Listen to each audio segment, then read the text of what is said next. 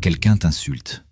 Ton cœur s'emballe, tes mains se crispent, et pendant les 10 minutes qui suivent, tu rejoues la scène dans ta tête en imaginant tout ce que tu aurais dû répondre. Ce que tu ignores, c'est que ton corps avait déjà évacué la colère en 90 secondes.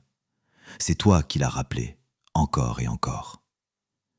Il y a des hommes qui traversent des trahisons, des humiliations, des échecs douloureux, et qui n'explosent jamais. Ce n'est pas de la froideur, c'est une architecture mentale différente. Je vais te la montrer. Bienvenue sur Succès Livre Audio. Chapitre 1. La dette invisible. J'avais 28 ans quand j'ai réalisé que je payais pour des choses qui ne m'appartenaient pas. Pas de l'argent, quelque chose de plus coûteux. Mon attention, ma tranquillité, mon énergie. À chaque fois que quelqu'un me manquait de respect, je réagissais violemment.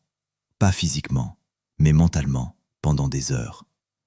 Je rejouais la scène, je corrigeais mes répliques. Je remportais des débats imaginaires contre des gens qui avaient depuis longtemps oublié l'échange. J'appelais ça de la fierté. C'était simplement de la dette. Une dette émotionnelle que je contractais moi-même. Personne ne m'y forçait. Je la choisissais, encore et encore. La colère fonctionne comme un crédit à la consommation. Tu as l'impression d'acheter quelque chose sur le moment, de reprendre le contrôle, de rétablir ta dignité. Mais en réalité, tu empruntes sur ton avenir, sur ta clarté, sur ta capacité à avancer. Et les intérêts sont exorbitants. Tu passes 3 heures à ruminer une remarque de 15 secondes. Le calcul ne tient pas. Mais personne ne te l'a jamais expliqué comme ça. On t'a dit de gérer ta colère, de respirer, de compter jusqu'à 10. Comme si la colère était une bête sauvage à apprivoiser. Elle ne l'est pas. C'est une dette que tu contractes volontairement parce que tu crois qu'elle te protège. Voilà ce que j'ai compris trop tard. La colère n'est jamais le vrai problème. C'est le garde du corps. Elle se poste devant quelque chose que tu refuses de regarder en face. De la peur, de la honte, de l'impuissance. Quand ton supérieur te rabaisse devant toute l'équipe, tu ne te mets pas en colère parce qu'il a tort. Tu te mets en colère parce que tu te sens diminué. La colère te redonne de la stature, temporairement. Mais derrière, il y a une blessure. Et cette blessure, elle ne date pas d'aujourd'hui. Elle traîne depuis des années. Ton père qui ne te félicitait jamais. Ta mère qui te comparait aux autres. Ton ex qui t'a quitté pour quelqu'un qu'elle trouvait plus intéressant. Toutes ces choses non résolues attendent dans l'obscurité. Et quand quelqu'un appuie sur le bon bouton, tout remonte d'un coup. Tu crois réagir à la situation présente, tu ne fais que répondre à une accumulation. Les gens qui ne s'en portent jamais n'ont pas une meilleure maîtrise d'eux-mêmes. Ils ont soldé leurs dettes, ils ont ouvert les placards, ils ont regardé ce qui dormait dans le noir et ils ont fait le ménage. Pas une fois, des dizaines de fois. Jusqu'à ce qu'il ne reste plus rien qui puisse être réactivé par un inconnu dans les embouteillages ou un collègue passif-agressif. La différence entre toi et eux, ce n'est pas le tempérament, c'est le travail accompli en amont. Maintenant, repense à tes 3 dernières grosses colères. Vraiment. Pas la version officielle que tu te racontes, celle que tu as réellement vécue. Dans chacune d'elles, il y avait un déclencheur apparent. Une phrase, un geste, une situation. Mais si tu es honnête, tu sais que ce n'était pas vraiment à propos de ça. C'était à propos de quelque chose de plus ancien, de plus profond, de plus humiliant. La personne en face n'a fait que réveiller ce qui dormait mal. Et toi, au lieu de traiter la vraie cause, tu t'es battu contre le symptôme. Tu as crié sur le messager. Tu as dilapidé ton énergie sur quelqu'un qui ne méritait même pas ton attention. Pendant ce temps, la dette grossissait. Parce que tu n'as rien résolu, tu as juste déplacé le problème. Il reviendra avec un autre visage, dans un autre contexte, mais ce sera la même blessure. Jusqu'à ce que tu regardes vraiment. Alors commence par là. Arrête de gérer ta colère. Commence à identifier ce qu'elle protège. C'est long, ce n'est pas agréable, mais c'est la seule sortie durable. Tout le reste, c'est du crédit renouvelable. Chapitre 2. Le contrat non signé. Il y a des règles dans ta tête que personne n'a jamais validées. Des accords que tu as rédigés seul et tu passes ta vie à punir les gens qui ne les respectent pas, sauf qu'ils ne savent même pas que ces règles existent. Tu attends que ton associé réponde en moins de 2 heures parce que toi, tu le fais toujours. Quand il met 4 heures, tu le vis comme une trahison. Pas une légère contrariété, une véritable trahison. Deviens sec, distant. Tu lui en veux. Mais lui n'a jamais signé ce contrat. Il ne sait même pas qu'il existe. C'est toi qui l'as rédigé en silence. Et maintenant, tu lui fais payer la violation d'un accord imaginaire. C'est l'une des principales sources de tension dans ta vie. Pas les vraies fautes. Les fautes commises contre des règles invisibles. Tu as des attentes, c'est normal, tout le monde en a. Le problème, c'est que tu ne les exprimes jamais clairement. Tu supposes qu'elles vont de soi, que si l'autre avait un minimum de considération, d'intelligence, de bon sens, il les connaîtrait naturellement. Mais ce n'est pas comme ça que ça fonctionne. Ce qui est évident pour toi ne l'est pas forcément pour les autres. Tes standards ne sont pas universels, tes valeurs non plus. Et pourtant, tu juges tout le monde à travers ce prisme personnel que tu as construit au fil des années sans jamais le partager. J'ai passé des mois à en vouloir à un ami proche. M'appelait jamais. C'était toujours moi qui prenais des nouvelles.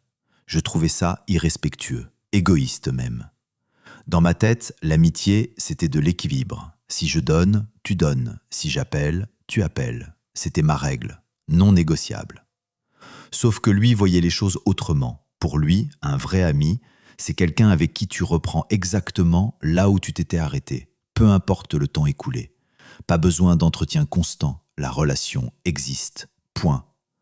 2 visions radicalement différentes, aucune discussion, juste moi qui accumulais du ressentiment contre quelqu'un qui ne savait même pas qu'il me décevait. Quand j'ai fini par lui en parler, il était décontenancé. Il ne comprenait pas du tout le problème. Pour lui, notre amitié allait parfaitement bien. Pour moi, elle était en train de s'effondrer. 2 réalités parallèles, à cause d'un contrat non signé. Ce mécanisme est partout, dans tes relations amoureuses, dans tes collaborations, professionnelles, dans ta famille. Tu as des attentes précises sur la façon dont les gens devraient se comporter. Et quand ils ne le font pas, tu ne leur expliques pas calmement ce que tu attends. Tu les juges, tu les punis, tu crées de la distance, tu deviens froid, passif-agressif ou carrément hostile. Toujours pour des règles que tu n'as jamais formulées. Repense à ta dernière dispute sérieuse. Vraiment. Pas la version officielle, la vraie. Il y avait forcément un moment où tu t'es dit « il aurait dû savoir, elle aurait dû comprendre, c'était évident ». Non, ce n'était pas évident. C'était évident pour toi parce que dans ton système de valeurs, dans ton éducation, dans ton vécu, c'est comme ça que ça marche. Mais l'autre personne a un système différent, une histoire différente, une expérience différente. Et elle opère selon ses propres règles, tout aussi légitimes que les tiennes. La question n'est pas de savoir qui a raison, c'est de savoir si tu veux avoir raison ou si tu veux que ça fonctionne. Parce que tant que tu gardes tes attentes secrètes, tu fabriques de la frustration en continu. Tu transformes chaque relation en champ de mine. L'autre avance en essayant de deviner où sont les limites. Et toi, tu exploses chaque fois qu'il en traverse une. Mais tu ne les as jamais montrées. Tu attends qu'il devine. C'est épuisant pour tout le monde. Et surtout, c'est injuste. Personne ne peut respecter des règles qu'il ne connaît pas. La solution n'est pas compliquée. Elle est juste inconfortable. Tu dois exprimer ce que tu attends clairement, sans agressivité, sans reproche, avant que la frustration s'accumule. Pas après 3 mois de silence et d'amertume, avant. Dès que tu sens que quelque chose te dérange, pas pour contrôler l'autre, pas pour lui imposer tes standards, mais pour donner à la relation une chance de fonctionner. Parce que l'autre ne peut pas s'ajuster à quelque chose qu'il ne voit pas. J'ai un associé qui ne tolère pas les retards. Pas 5 minutes, pas 2. Pour lui, c'est du mépris pur. Il l'a dit dès le départ, clairement, sans émotion, juste un fait. Maintenant, je sais. Et je ne suis jamais en retard avec lui. Pas parce qu'il me contrôle, parce qu'il m'a communiqué les règles du jeu et je peux choisir de jouer ou pas. Mais au moins, je sais, il n'y a pas de surprise, pas de rancune dissimulée, Pas de sanctions silencieuses pour avoir enfreint un contrat que je n'avais jamais lu. Compare ça avec toutes les fois où tu as été déçu par quelqu'un. Combien de fois avais-tu vraiment exprimé ce que tu voulais? Pas suggéré, pas sous-entendu, exprimé directement. La plupart du temps, jamais. Tu as juste supposé que c'était évident et tu as puni l'autre pour ne pas l'avoir deviné. C'est un jeu perdant. Pour toi, pour l'autre, pour la relation. Alors arrête d'attendre que les gens lisent dans tes pensées. Arrête de croire que tes standards sont universels. Ils ne le sont pas. Ce qui compte pour toi ne compte pas forcément pour les autres. Et ce n'est pas un problème. C'est juste une réalité à intégrer. Si tu veux que quelque chose se passe d'une certaine manière, dis-le, calmement, tôt, avant que ça devienne un problème. Donne aux gens la possibilité de s'adapter ou de te dire qu'ils ne peuvent pas. Les deux réponses sont acceptables. Ce qui ne l'est pas, c'est de les laisser dans le noir et de les détester pour ça. La clarté élimine la moitié des conflits. L'autre moitié, ce sont de vraies incompatibilités. Et ça, au moins, tu peux le gérer. Mais commence par sortir les contrats de ta tête. Mets-les sur la table. Chapitre 3. L'économie de l'attention. Tu as un budget. Personne ne te l'a expliqué comme ça, mais tu en as un. Pas d'argent, d'attention. Et contrairement à ce que tu crois, il n'est pas illimité. Chaque matin, tu te réveilles avec une quantité précise d'énergie mentale. C'est tout ce que tu as pour la journée. Et tu peux la dépenser comme tu veux. Le problème, c'est que tu la dilapides sur des choses qui n'en valent pas une seule unité, sur des gens qui n'en méritent pas 10, sur des situations qui devraient te coûter 0, mais tu payes quand même. Parce que personne ne t'a appris à gérer ce budget. Ton collègue lâche un commentaire stupide en réunion, tu consacres 20 unités à y repenser pendant 2 heures. Quelqu'un te coupe la route, 15 unités disparaissent pour un inconnu que tu ne reverras jamais. Ta belle-mère glisse une remarque passive-agressive au déjeuner du dimanche, 30 unités envolées pour rejouer la scène toute la soirée. À la fin de la journée, tu es vidé et tu n'as rien accompli d'important. Tu as juste dépensé toute ton énergie à réagir, à te défendre mentalement contre des attaques qui n'en étaient peut-être même pas, à remporter des débats imaginaires contre des gens qui dorment tranquillement pendant que tu t'épuises. Pendant ce temps, ce qui compte vraiment, ton projet, ta santé, tes relations, ton avenir, tout ça reçoit les miettes. Les 10 unités qui restent après que tu as fini de te battre contre des fantômes.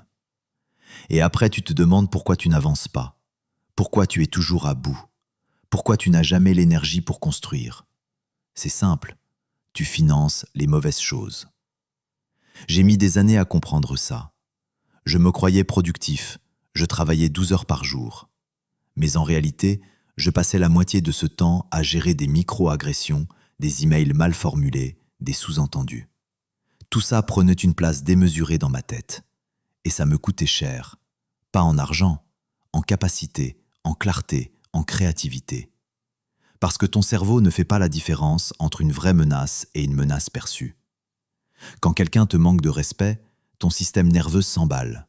Cortisol, adrénaline, tout le package. Et ça consomme énormément d'énergie. Pas seulement sur le moment, pendant des heures, parfois des jours. Tu restes en mode défense, en état d'alerte. Même si l'autre est passé à autre chose depuis longtemps. Même si l'incident n'a aucune importance objective. Ton corps, lui, continue de payer.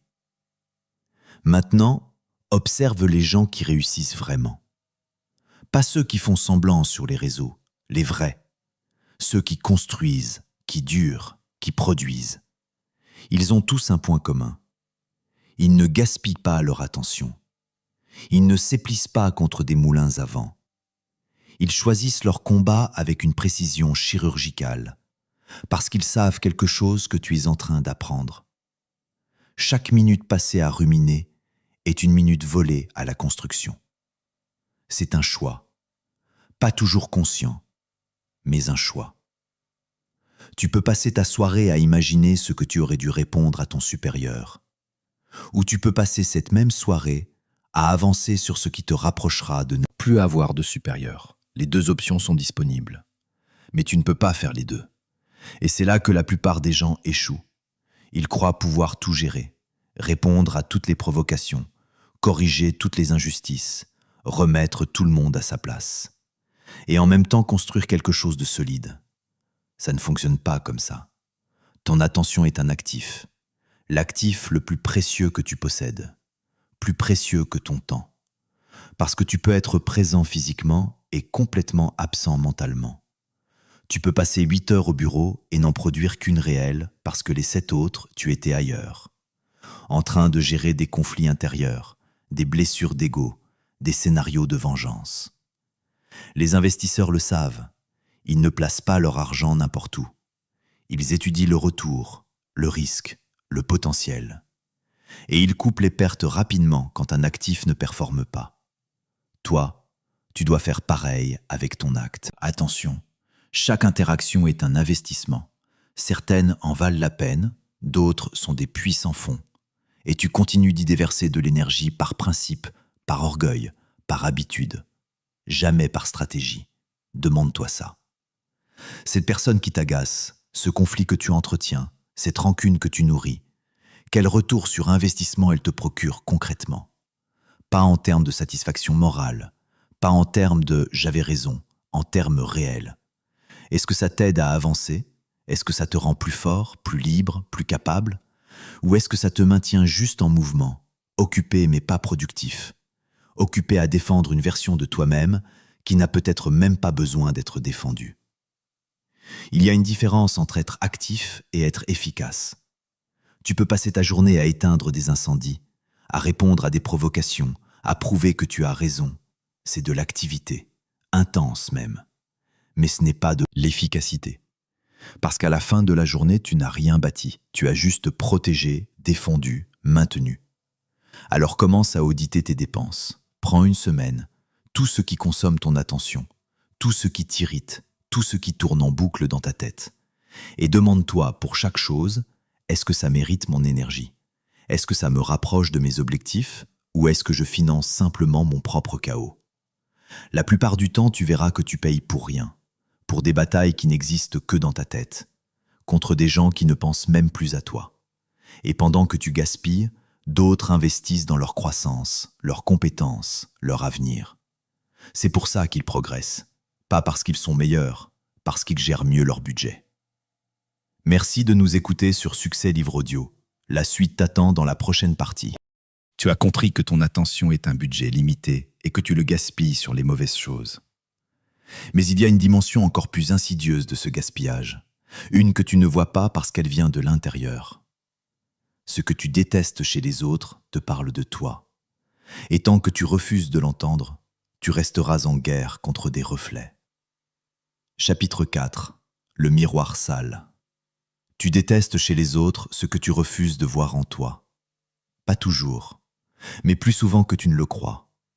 Cette personne arrogante qui te rend fou, celle qui parle trop fort, qui prend trop de place, qui ne laisse jamais les autres terminer leurs phrases. Tu la détestes viscéralement. Tu peux passer des heures à expliquer pourquoi elle est insupportable, pourquoi elle devrait changer, pourquoi personne ne devrait tolérer ça. Mais en réalité, ce que tu ne supportes pas chez elle, c'est qu'elle te renvoie quelque chose que tu as enterré, ou que tu contrôles tellement, ça t'épuise. Et quand tu la vois libre de faire exactement ce que tu t'interdis, ça te met en rage. Ce n'est pas d'elle que tu es en colère, c'est de toi, de cette partie que tu as comprimée, réduite au silence, jugée inacceptable. J'avais un associé qui me rendait dingue. Il reportait tout. Toujours une excuse, toujours une raison valable, mais rien n'avançait jamais à temps. Je le trouvais faible, indiscipliné, irresponsable. Je passais mon temps à compenser, à finir ce qu'il avait commencé, à rattraper ses retards. Et je le méprisais pour ça. Jusqu'au jour où quelqu'un m'a fait remarquer quelque chose. Je faisais exactement la même chose. Pas dans le business, dans la vie personnelle. Je repoussais les conversations difficiles, les rendez-vous médicaux, les décisions importantes. J'avais toujours une bonne raison, toujours une priorité plus urgente. Mais au fond, je procrastinais exactement comme lui. La différence, c'est que j'avais construit toute une structure mentale pour me convaincre que ce n'était pas pareil. Que mes raisons étaient légitimes, que je gérais mes priorités, que c'était stratégique. Mais c'était du mensonge. Je fuyais comme lui. Et c'est pour ça que je ne le supportais pas. parce qu'il me montrait ce que je refusais de regarder. Ce mécanisme s'appelle la projection, et tu l'utilises tous les jours sans t'en rendre compte. Ce que tu rejettes violemment chez les autres, c'est souvent ce que tu combats en toi. Pas toujours. Il y a des comportements objectivement destructeurs, des limites légitimes. Mais quand la réaction est disproportionnée, quand ça te touche vraiment, quand tu n'arrives pas à lâcher, c'est rarement uniquement à propos de l'autre. Regarde les gens qui t'irritent le plus. Pas ceux qui te font du mal directement, ceux qui t'irritent. Ceux dont le simple comportement te met hors de toi, même quand ça ne t'affecte pas directement. Cette fille sur les réseaux qui affiche sa réussite. Ce type qui s'exprime sans filtre, qui dit non sans se justifier, qui s'en fout du regard des autres. Pourquoi ça te dérange autant? Parce qu'il y a une partie de toi qui aimerait faire pareil. Mais tu ne te l'autorises pas. Alors tu juges, tu critiques, tu te convaincs que c'est mal, que c'est vulgaire, que c'est égoïste. Mais en vérité, tu es juste irrité par leur liberté, par leur absence de filtre, par leur capacité à faire ce que tu t'interdis. Ton irritation est proportionnelle à ta répression. Plus tu comprimes quelque chose en toi, plus tu réagis fort quand tu le vois chez les autres. C'est mécanique, ce n'est même pas conscient. Ton cerveau perçoit une menace. Pas une menace physique, une menace pour l'image que tu as construite de toi-même, pour le contrôle que tu maintiens, pour l'identité que tu défends. Et il attaque. J'ai un ami qui ne supporte pas les gens émotionnels, ceux qui pleurent facilement, qui expriment tout, qui ne se contrôlent pas. Il les trouve faibles, dramatiques, insupportables. Et pendant des années, il a cultivé cette image de lui, froid, rationnel, maître de ses émotions. Jusqu'au jour où il a craqué, burn-out complet, dépression. Tout ce qu'il avait comprimé pendant 15 ans est remonté d'un coup. Et il s'est retrouvé exactement dans la position qu'il méprisait, émotionnel, vulnérable, incontrôlable. Ce n'est pas de l'ironie, c'est de la physique. Ce que tu réprimes ne disparaît pas, ça s'accumule. Et un jour ça explose ou ça te ronge de l'intérieur. Les deux options sont mauvaises. Maintenant, tu peux utiliser ça, pas pour te justifier, pas pour excuser les comportements toxiques, mais pour apprendre. Chaque fois que quelqu'un te déclenche, pose-toi la question. Qu'est-ce que cette personne fait que je m'interdis? Qu'est-ce qu'elle exprime que je réprime? Quelle partie de moi est en train de crier à travers ce jugement? Tu juges les gens paresseux parce que tu te pousses trop. Tu juges les gens arrogants parce que tu te fais trop petit. Tu juges les gens qui dépensent librement parce que tu te prives depuis des années. Le miroir est sale. Mais ce n'est pas le miroir le problème, c'est ce qu'il reflète. Alors au lieu de juger, intègre. Trouve un moyen sain d'exprimer ce que tu comprimes. Si tu juges les gens qui prennent soin d'eux, c'est peut-être parce que tu te négliges. Change. Si tu juges les gens ambitieux, c'est peut-être parce que tu as abandonné tes propres ambitions. Reprends-les. Chaque jugement violent est une indication, pas sur l'autre, sur toi, sur ce qui manque, sur ce qui est comprimé, sur ce qui demande à être libéré. Et tant que tu refuses de voir ça, tu resteras en guerre. Pas avec les autres, avec toi-même. Tu passeras ta vie à attaquer des reflets, à combattre des projections, à détester des miroirs pendant que le vrai problème reste intact à l'intérieur. Ça ne veut pas dire que tout le monde est merveilleux, qu'il faut tout accepter. Il y a des comportements objectivement destructeurs, mais tu peux les reconnaître sans être déclenché. Tu peux poser des limites sans entrer en rage. Tu peux dire non sans avoir besoin de détruire l'autre. Quand tu y arrives, c'est que tu es libre. Quand tu n'y arrives pas, c'est que tu regardes un miroir sale et que tu refuses de le nettoyer. Alors arrête de perdre ton temps à vouloir changer les autres. Prends ce temps pour te regarder. Vraiment. Pas la version officielle, la vraie. Avec tout ce que tu caches, tout ce que tu réprimes, tout ce que tu juges. Et demande-toi, qu'est-ce que je refuse d'intégrer? Qu'est-ce que je condamne chez les autres que je porte en moi? La réponse est là, dans ton irritation, dans tes jugements, dans tes réactions disproportionnées. Le miroir te parle, mais tu refuses d'écouter parce que ce qu'il dit n'est pas confortable. Ce ne l'est jamais. Mais c'est nécessaire si tu veux vraiment être libre. Pas libre des autres, libre de toi-même. Chapitre 5. Le prix de la cohérence. Tu te mens, pas aux autres, à toi-même. Chaque jour, plusieurs fois par jour.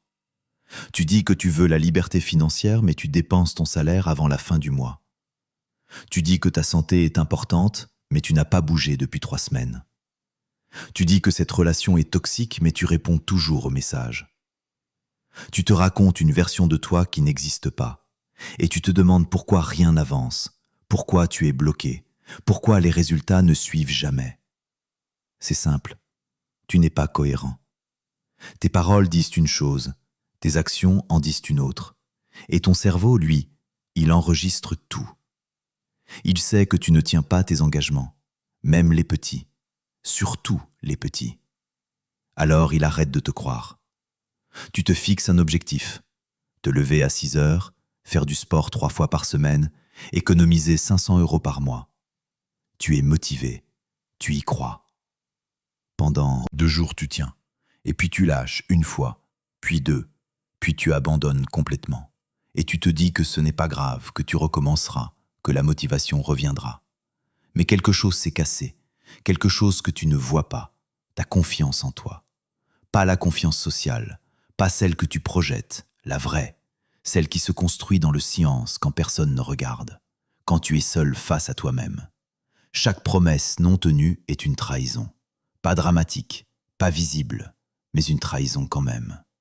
Ton cerveau enregistre, il note.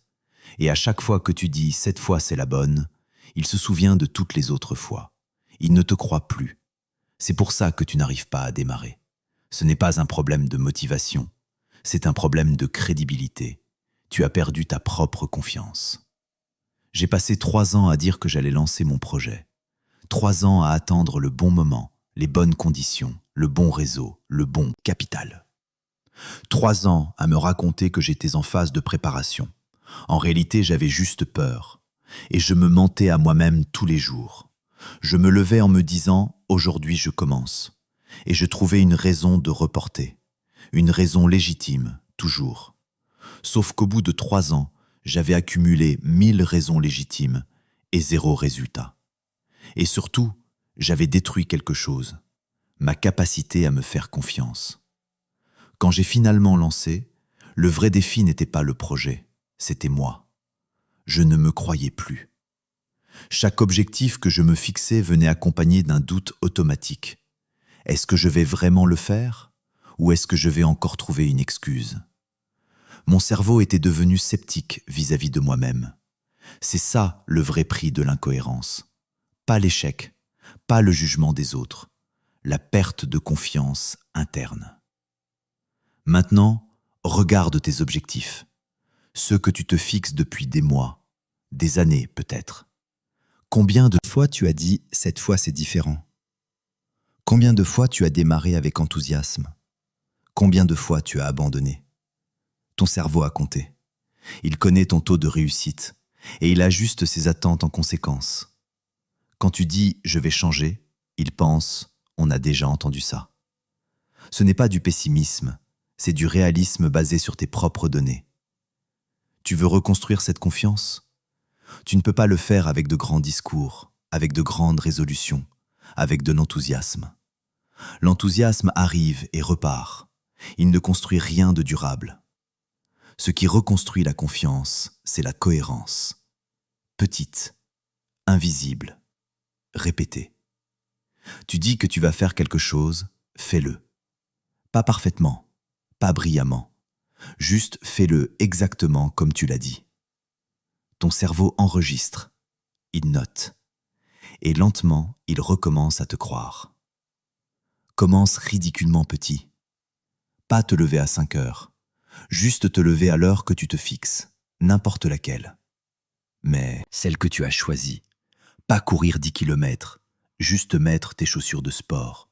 Pas économiser 1 000 €, juste en virer 50 maintenant. Pas demain, maintenant. Ce qui compte, ce n'est pas l'ampleur, c'est la promesse tenue. C'est prouver à ton cerveau que quand tu dis quelque chose, tu le fais, que tu es fiable avec toi-même. Parce que si tu ne peux pas te faire confiance, personne d'autre ne le pourra vraiment non plus. Les gens sentent l'incohérence, pas consciemment, mais ils la sentent. Quand tu parles de tes projets avec cette hésitation dans la voix, quand tu fixes des délais et que tout le monde sait que tu ne les tiendras pas, quand tu fais de grandes annonces et que personne ne réagit vraiment parce qu'ils ont déjà vu le film et savent comment ça se termine. Il y a une différence entre l'échec et l'abandon.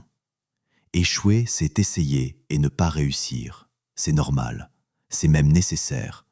Ça ne détruit pas la confiance parce que tu as tenu ta parole. Tu as fait ce que tu avais dit. Le résultat n'était pas au rendez-vous, mais tu as été cohérent. Abandonner, c'est différent. C'est dire que tu vas faire quelque chose et ne pas le faire sans raison valable, juste parce que c'est difficile, parce que tu n'as plus envie, parce que tu as trouvé une distraction. Ça détruit. Parce que ton cerveau sait que tu as choisi de te trahir. Personne ne t'y a forcé. Tu as juste décidé que ton engagement ne valait rien. Alors la prochaine fois que tu te fixes un objectif, pose-toi la vraie question. Est-ce que je suis vraiment prêt à le tenir? Pas est-ce que je le veux? Tout le monde veut des résultats. Mais est-ce que tu es prêt à être cohérent, même quand c'est fastidieux, même quand personne ne regarde, même quand ça ne donne rien immédiatement? Si la réponse est non, ne te fixe pas l'objectif, sérieusement. Mieux vaut ne rien promettre que de te mentir une fois de plus, parce que chaque mensonge creuse un trou, et un jour tu te retrouves tellement au fond que tu ne crois plus en ta capacité à en sortir. Tu deviens ce type qui parle beaucoup, qui a plein d'idées, qui va faire des choses extraordinaires un jour peut-être, mais tout le monde sait que non, incluant toi. Alors commence à nettoyer, une promesse à la fois, une action à la fois, une preuve à la fois que tu es quelqu'un de fiable, même pour toi-même, surtout pour toi-même. Chapitre 6. La règle des 20%. J'ai un collègue qui lit 3 livres par semaine. 3. Il en parle tout le temps. Il cite des passages. Il donne des recommandations. Mais quand tu creuses un peu, tu remarques quelque chose d'étrange. Il ne change jamais. Ses décisions sont les mêmes. Ses habitudes sont les mêmes. Ses résultats sont les mêmes. Il accumule des connaissances comme d'autres collectionnent des objets. Mais rien ne se transforme en action. Rien ne produit de résultats concrets. La plupart des gens pensent qu'apprendre plus les fera progresser plus. Mais ce n'est pas vrai. La quantité d'informations que tu absorbes n'a presque aucun rapport avec ce que tu en fais. Tu peux lire 100 livres et rester exactement la même personne. Ou tu peux lire un seul livre, extraire une idée, l'appliquer vraiment et changer complètement de trajectoire. Il y a une loi que peu de gens connaissent. Dans n'importe quel domaine, 20% de ce que tu apprends produit 80% des résultats. Le reste est du bruit, des détails, des nuances qui n'ont d'importance que si tu maîtrises déjà les fondamentaux. Mais la plupart des gens font l'inverse. Ils consomment tout. Ils veulent être exhaustifs. Ils ont peur de manquer quelque chose. Alors ils passent des heures sur les 80% qui ne servent à rien et ils négligent les 20% qui changeraient tout. Quand j'ai commencé à apprendre sérieusement, je faisais exactement ça. Je lisais les livres en entier. Je regardais les formations complètes. Je prenais des notes sur chaque chapitre. Puis je passais au suivant. J'avais l'impression de progresser, mais en réalité je me noyais. Parce que je ne distinguais pas l'essentiel du superflu. Tout avait la même importance dans ma tête. Alors, rien n'avait vraiment d'impact. Un jour, quelqu'un m'a posé une question simple. Si tu ne devais garder qu'une seule idée de ce livre, laquelle ce serait? Je n'ai pas su répondre. Parce que je n'avais jamais réfléchi comme ça. J'avais tout lu, mais je n'avais rien hiérarchisé, rien sélectionné. Je traitais chaque information comme si elle avait la même valeur. Et c'était précisément le problème. Les gens qui apprennent vite ne consomment pas tout. Ils sélectionnent. Ils cherchent activement les 20%. Ils se demandent avant même de commencer ce qui va vraiment changer quelque chose pour eux. Quel principe? Quelle technique? Et ils ignorent volontairement le reste. Pas parce qu'ils sont paresseux, parce qu'ils savent que leur cerveau a une capacité limitée et qu'il vaut mieux l'utiliser sur ce qui compte vraiment. Maintenant, quand je lis un livre, je ne le lis plus en entier. Je commence par la table des matières. Je repère les chapitres qui répondent à une question précise que je me pose. Je lis uniquement cela. Parfois 3 chapitres sur 15. Parfois un seul. Et souvent c'est largement suffisant. Parce que je ne cherche pas à tout savoir. Je cherche à résoudre un problème précis, à combler un manque spécifique. Le reste peut attendre, ou ne jamais venir. Ça n'a aucune importance. Mon collègue lit 3 livres par semaine. Moi, j'en lis peut-être 1 par mois. Mais j'extrais, je sélectionne. Et surtout, j'applique. Ce que je lis se transforme en décision, en changement, en résultat mesurable. Pendant qu'il accumule, je transforme. Et à la fin, c'est moi qui avance, pas lui. Il y a un autre aspect à ça. Quand tu te forces à sélectionner, tu développes un sens de ce qui compte. Tu commences à voir les patterns, les idées qui reviennent, les principes universels qui fonctionnent partout. Et tu arrêtes de perdre du temps sur les détails anecdotiques. La plupart des livres de développement parlent des mêmes choses avec des mots différents, des exemples différents, mais les principes au fond sont identiques. Si tu en lis 15 sur le même sujet, tu reconnaîtras ces patterns. Mais tu n'apprendras rien de plus après le 3e. Les 12 autres seront juste des variations, du bruit, du contenu qui te fait sentir productif sans te faire progresser. Alors arrête de vouloir tout consommer, arrête de mesurer ton apprentissage à la quantité d'informations que tu absorbes. Demande-toi plutôt quelle est l'idée centrale, celle qui change tout, celle qui, si tu l'appliques vraiment, va produire un résultat concret. Et concentre-toi uniquement sur elle. Ignore le reste. Même si ça te donne l'impression de manquer quelque chose, tu ne manques rien. Tu élimines le bruit pour garder le signal.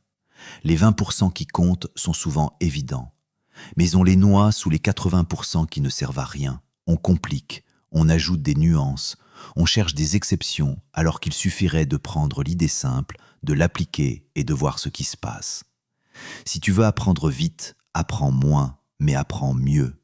Sélectionne, hiérarchise, élimine et transforme ce que tu gardes en action immédiate, pas plus tard, maintenant. Parce que ce n'est pas ce que tu sais qui compte, c'est ce que tu fais avec ce que tu sais. Merci de nous écouter sur Succès Livre Audio. La suite t'attend dans la prochaine partie. Tu as compris que l'apprentissage sans application ne produit rien, que la cohérence est la seule monnaie qui reconstruit la confiance. Mais il reste 2 pièges que les gens intelligents tombent dedans, encore et encore. Le premier, c'est de gaspiller leur énergie à essayer de contrôler ce qui ne leur appartient pas. Le second, c'est de parler quand ils devraient construire. Ces 2 erreurs, ensemble, peuvent détruire des années de travail en quelques semaines. Chapitre 7. L'illusion du contrôle.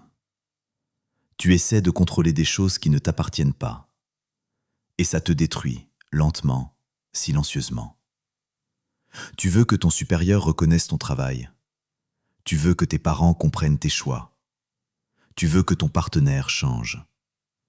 Tu veux que les gens te respectent, te valorisent, te voient. Et tu passes ta vie à essayer de provoquer ces résultats. Tu travailles plus dur, tu expliques mieux, tu te justifies, tu te plies, tu t'adaptes. Tu fais tout ce qu'il faut, sauf que ça ne fonctionne pas.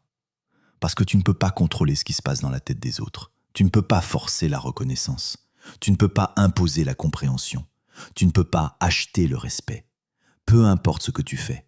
Peu importe à quel point tu es bon, brillant, dévoué. Si l'autre n'est pas prêt à voir, il ne verra pas. Et toi, pendant ce temps, tu t'épuises à essayer de maîtriser l'incontrôlable.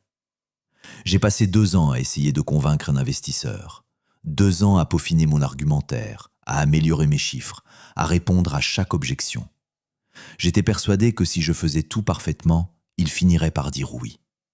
Je contrôlais tout ce que je pouvais contrôler, mon discours, ma présentation, mes projections. Mais je ne pouvais pas contrôler sa décision. Et il a dit non. Encore et encore, peu importe ce que je faisais. Parce que le problème n'était pas mon projet, c'était lui, ses peurs, ses priorités. Timing, des choses qui n'avaient rien à voir avec moi, mais j'ai gaspillé 2 ans à essayer de modifier quelque chose qui ne m'appartenait pas, sa décision, pendant que d'autres investisseurs cherchaient des projets comme le mien. Je ne les voyais pas. J'étais obsédé par celui qui ne voulait pas. C'est ça l'illusion du contrôle. Tu te concentres sur ce que tu ne peux pas changer et tu négliges ce que tu peux. Tu passes des heures à te demander pourquoi ton supérieur ne te promeut pas, pourquoi il ne voit pas ta valeur, pourquoi il favorise les autres. Et tu essaies de changer son regard en travaillant encore plus, en te rendant indispensable, en prouvant. Mais tu ne peux pas contrôler ce qu'il pense, tu ne peux pas forcer son estime. Et même si tu deviens le meilleur, s'il a décidé que tu n'es pas celui qu'il veut promouvoir, rien n'y changera.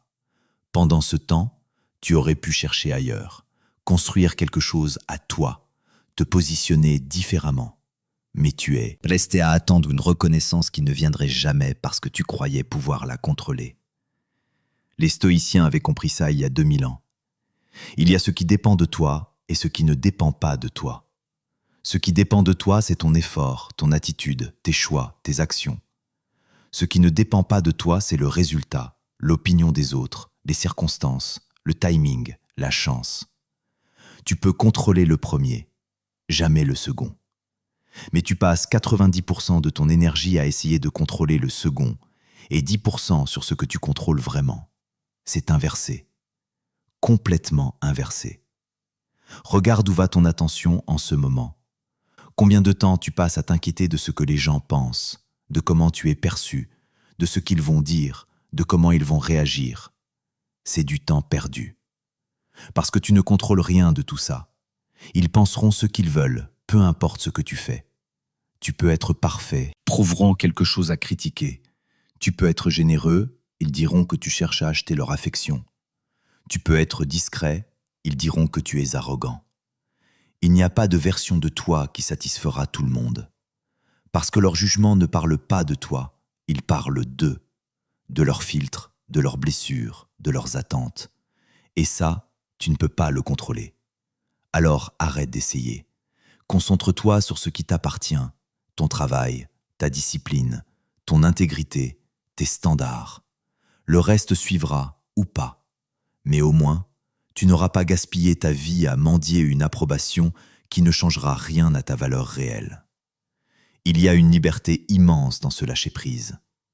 Quand tu arrêtes d'essayer de contrôler ce que les autres pensent, tu deviens incontrôlable. Pas dans le chaos, dans la clarté. Tu sais ce que tu veux indépendamment de leur opinion. Tu sais ce que tu construis indépendamment de leur reconnaissance. Tu sais où tu vas indépendamment de leur validation. Et soudainement, tu avances plus vite. Parce que tu n'es plus freiné par le besoin constant d'approbation. Tu n'attends plus que quelqu'un te donne la permission de réussir, d'échouer, d'exister. Maintenant, ça ne veut pas dire que tu deviens indifférent à tout. Ce n'est pas de l'arrogance, c'est de la lucidité. Tu différencies ce qui mérite ton attention de ce qui ne la mérite pas. L'opinion de quelqu'un qui te connaît vraiment, qui a ta confiance, qui veut ton bien, ça compte. Ça peut t'aider. Ça peut t'ajuster. L'opinion de quelqu'un qui te juge de loin, qui ne sait rien de ton parcours, qui projette ses propres limitations, ça ne compte pas. Ça ne devrait même pas entrer dans ton champ.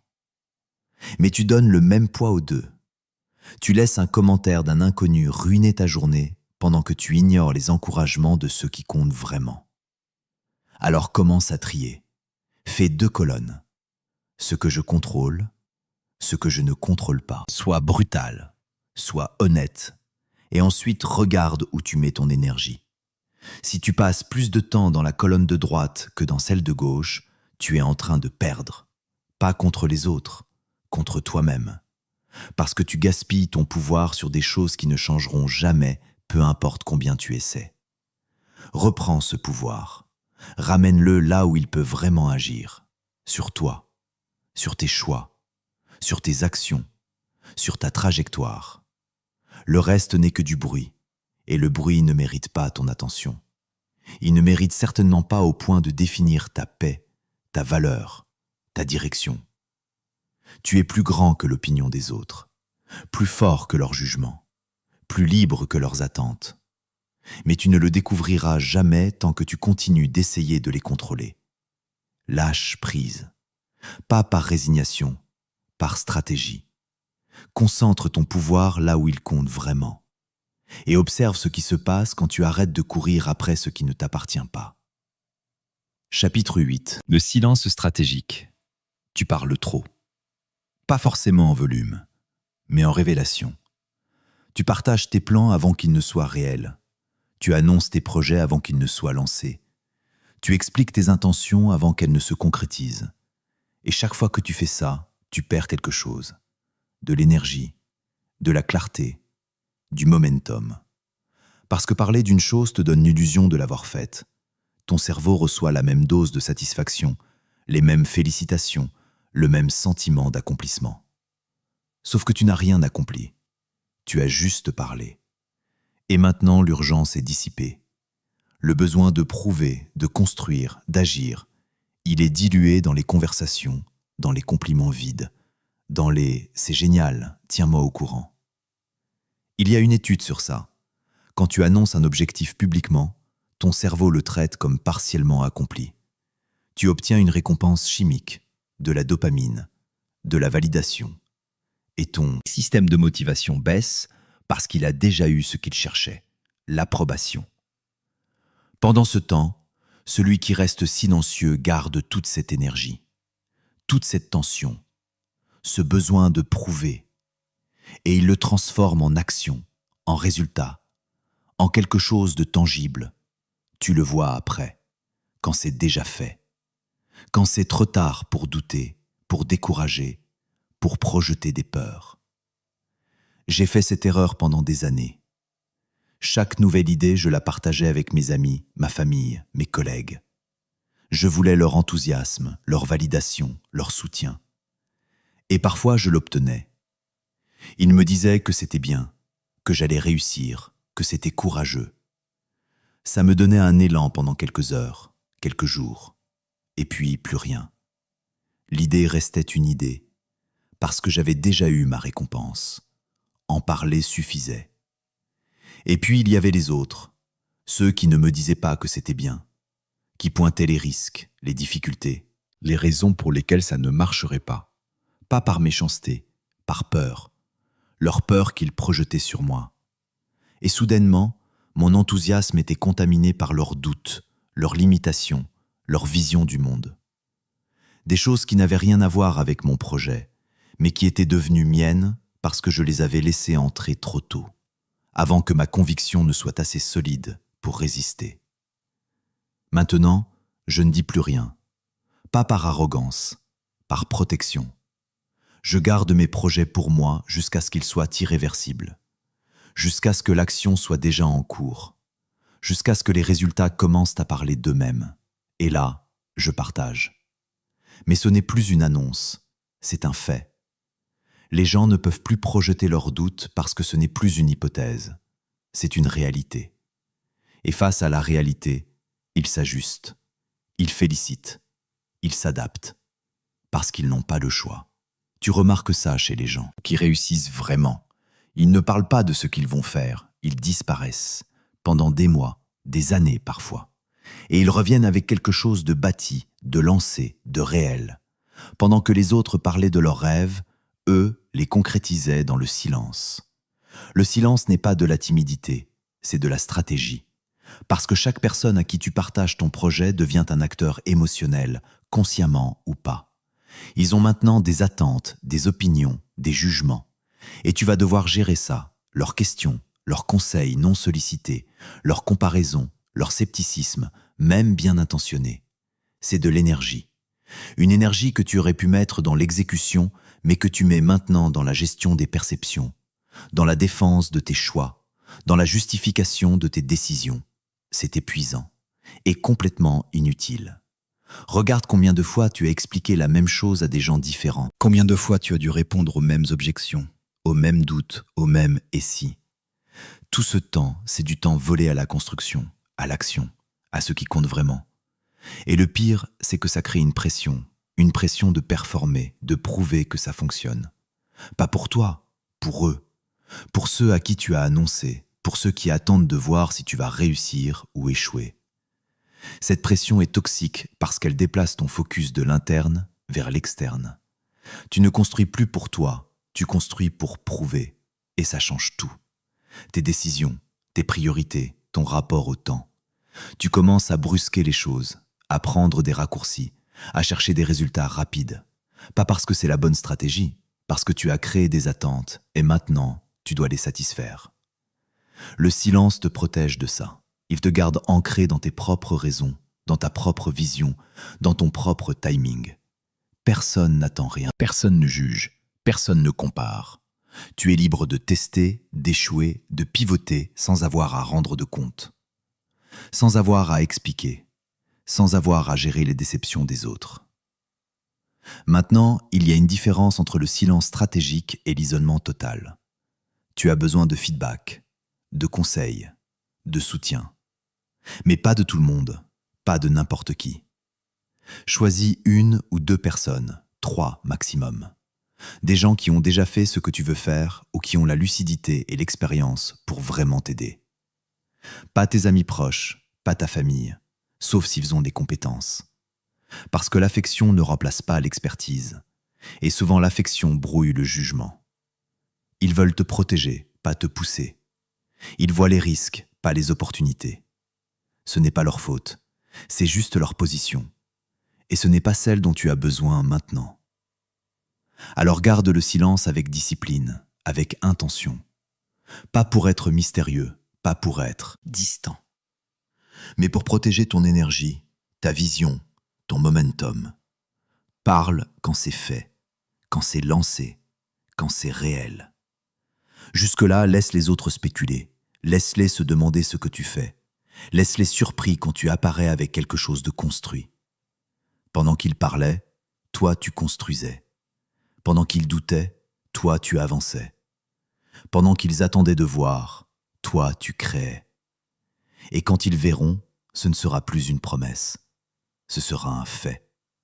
Impossible à ignorer, impossible à diminuer, impossible à défaire. Parce que tu l'as fait en silence, loin du bruit, loin des doutes, loin des projections. C'est comme ça qu'on construit vraiment, pas dans l'annonce, dans l'action. Et l'action n'a pas besoin d'audience, elle a juste besoin d'être faite. Merci de nous écouter sur Succès Livre Audio. La dernière partie t'attend pour conclure ce parcours. Tu as appris à te taire quand il le faut, à construire dans le silence, à protéger ton énergie des projections des autres. Maintenant tu arrives au bout. Pas du livre, de quelque chose de plus profond, de plus ancien. Tu arrives au bout de cette version de toi qui réagit à tout, qui porte tout, qui se bat contre tout. Et il est temps de poser les armes. Pas par faiblesse, par intelligence. Chapitre 9. La paix comme stratégie.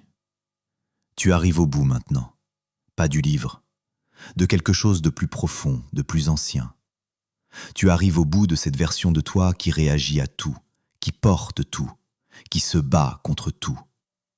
Cette version épuisée, qui croyait que la vie était un combat permanent, contre les autres, contre les circonstances, contre toi-même.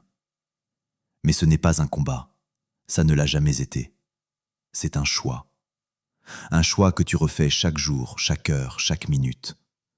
Le choix de rester en guerre ou de poser les armes. Et poser les armes ne veut pas dire abandonner. Ça veut dire comprendre que la plupart des batailles que tu mènes n'existent que dans ta tête, que tu es le seul combattant, que l'ennemi n'a jamais vraiment été là. Regarde en arrière maintenant, sur toutes ces colères que tu as nourries, ces dettes émotionnelles que tu as accumulées, ces contrats non signés que tu as imposés en silence, ce budget d'attention que tu as dilapidé, ces miroirs sales que tu as refusé de nettoyer. Cette incohérence que tu as maintenue pendant des mois. Ces choses que tu contrôlais sans pouvoir les contrôler.